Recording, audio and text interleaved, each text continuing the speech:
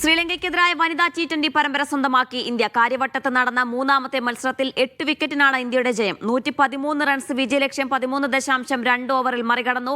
Opening batter Shafali Varma പുറത്താകാതെ 79 runs എടുത്തു.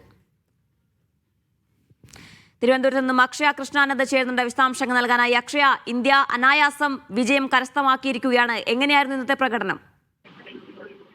ദിന സൂചിപ്പിച്ചതുപോലെ തന്നെയാണ് അനന്തപുരിയിൽ അനായാസം ജയിച്ചു കയറിയിരിക്കുകയാണ് ഇന്ത്യ.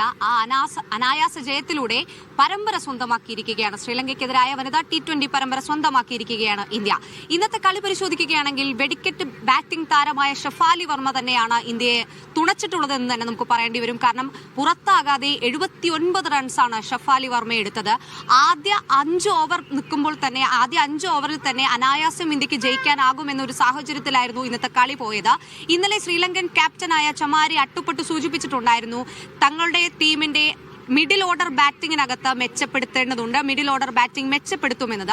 ശ്രീലങ്കൻ ബാറ്റിംഗ് പരിശോധിക്കുകയാണെന്നുണ്ടെങ്കിൽ ശ്രീലങ്കയുടെ മിഡിൽ ഓർഡർ ബാറ്റിംഗ് ഇന്ന് നല്ല നിലയിലായിരുന്നു. എന്നാൽ അവരുടെ ഓപ്പണിംഗ് വളരെ മോശപ്പെട്ട നിലയിലായിരുന്നു. ആ ഓപ്പണിംഗ് പ്രശ്നമാണ് ഇന്ന് ശ്രീലങ്കയ്ക്ക് ഏറ്റവും കൂടുതൽ പ്രതികൂലമായി ബാധിച്ചത്. അതായത് 6 ഓവറിൽ തന്നെ ശ്രീലങ്കയ്ക്ക് 3 വിക്കറ്റുകളാണ് നഷ്ടമായത്. അതേസമയം ഇന്ത്യയുടെ കാര്യം പരിശോധിക്കുന്ന സമയത്ത് ഇന്ത്യക്ക് നിലവിൽ 2 വിക്കറ്റുകൾ മാത്രമാണ്, അതായത് 8 വിക്കറ്റിന്റെ ജയമാണ് ഇന്ത്യ നേടിയത്. 2 വിക്കറ്റുകൾ മാത്രമേ നഷ്ടമായിട്ടുണ്ടായിരുന്നുള്ളൂ. ആരോഗ്യ പ്രശ്നങ്ങൾ ഉണ്ടായിരുന്ന ജമീമ റോഡ്രിഗസ് അത് പിച്ചിൽ കാഴ്ചവെക്കുകയായിരുന്നു, അല്ലെങ്കിൽ ക്രീസിൽ കാഴ്ചവെക്കുന്നത് നമുക്ക് കാണാൻ പറ്റുമായിരുന്നു. വളരെയധികം ബുദ്ധിമുട്ടിയായിരുന്നു ഓരോ പന്തുകളെയും ജമീമ റോഡ്രിഗസ് നേരിട്ടത്. ജമീമയ്ക്ക് വളരെ ചെറിയൊരു റൺ മാത്രമാണ്, അതായത് 9 റണ്ണ് മാത്രമാണ് നേടാൻ കഴിഞ്ഞിട്ടുള്ളത്. സ്മൃതി മന്ദാനയ്ക്കും അവരുടെ കഴിവ് പുറത്തെടുക്കാൻ സാധിച്ചിട്ടില്ല. കഴിഞ്ഞ 2 കളിയിലും ഇത് തന്നെയായിരുന്നു സംഭവിച്ചിട്ടുണ്ടായിരുന്നത്. എന്നാൽ ഷഫാലി വർമ്മ അങ്ങനെയല്ല. ഷഫാലി വർമ്മ 79 റൺസ് അനായാസമായി ഇന്ത്യയെ ജയിപ്പിച്ചു കയറ്റിയത് ഷഫാലി വർമ്മ തന്നെയാണ് എന്ന് തന്നെ നമുക്ക് പറയേണ്ടി വരും. മറ്റു കാര്യങ്ങൾ പരിശോധിക്കുകയാണെങ്കിൽ ഇന്ത്യയുടെ ഫീൽഡിംഗ് മെച്ചപ്പെടേണ്ടതുണ്ട്. ആ ഒരു തരത്തിൽ തന്നെയായിരുന്നു ഇന്നും കളികൾ നടന്നിട്ടുണ്ടായിരുന്നത്.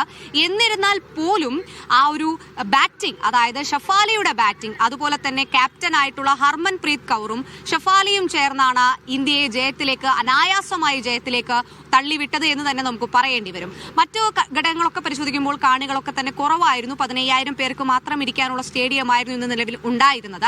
കാരണം മുകളിലത്തെ നിലയിൽ അറ്റകുറ്റപ്പണികൾ നടക്കുകയായിരുന്നു. എന്നിരുന്നാൽ പോലും കളിക്ക് യാതൊരുവിധ ആവേശക്കുറവും ഉണ്ടായിരുന്നില്ല. മറ്റ് കാര്യങ്ങളെല്ലാം തന്നെ നോക്കുന്ന സമയത്ത് ഇന്ത്യ പരമ്പര സ്വന്തമാക്കിയിരിക്കുകയാണ്. 5 മത്സരങ്ങളുള്ള പരമ്പരയിൽ 3 നേടിയാണ്, 3 അനായാസം നിഷ്പ്രയാസം നേടിയാണ് ഇന്ത്യ